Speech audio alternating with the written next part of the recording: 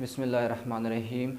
با نام و یاد پاک پروردگار متعال رسیدیم از جمله 6 کلمه و کلمه پنجم.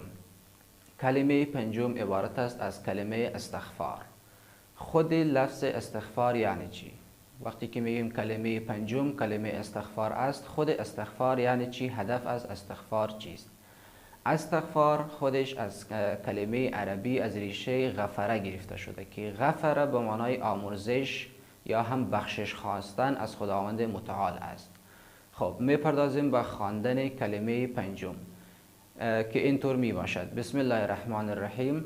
استغفر الله ربی من کل ذنب اذنبته عمدا او خطأ سرا او علانیة و اتوب الیه من الذنب الذي اعلم و من الذنب الذي لا اعلم انك انت علام الغیوب و ستار العیوب و غفار الذنوب ولا حول ولا قوة الا بالله العلی العظیم.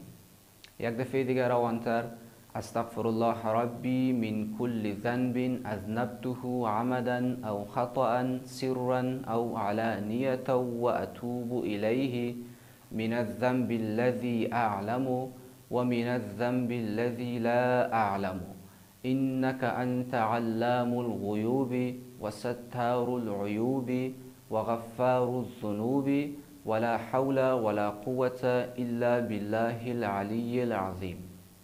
خب هدف از این چند جمله عربی چیست؟ وقتی که کلمه استغفار را میخوانیم معنایش هم باید بفهمیم.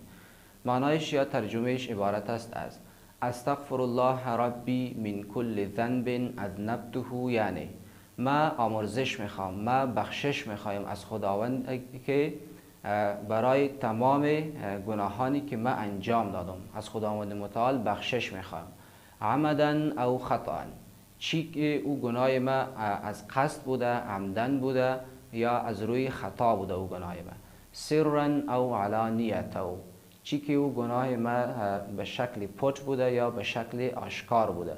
و اتوب الیه من الذنب الذی اعلم، و توبه میکنم به سوی خداوند از گناهانی که من میدانم. و من الذنب الذی لا اعلم، و از او گناهایی که حتی ما او را نمیفهمم توبه میکنم به خداوند. انک انت علام الغیوب، قطعا خداوند متعال خودت علام الغیوب هستی. علام الغیوب یعنی کسی که تمام غیب ها را میدانه، هیچ چیزی از پیشش پت نیست. و ستار العیوب، و خداوند متعال هم پوشاننده عیب ها است. هر عیب بنده خداوند متعال می پوشانه. و غفار الذنوب، و خداوند متعال هم تمام گناه ها را غفران میکنه، میبخشه. ولا حول ولا قوة، و هیچ زور و قوتی نیست الا بالله العلی العظیم، جز از خداوندی که بزرگ و اعلا است. تشکر. teachteam.online ستاسو د خوښې زده کړې ستاسو په خپل کور کې.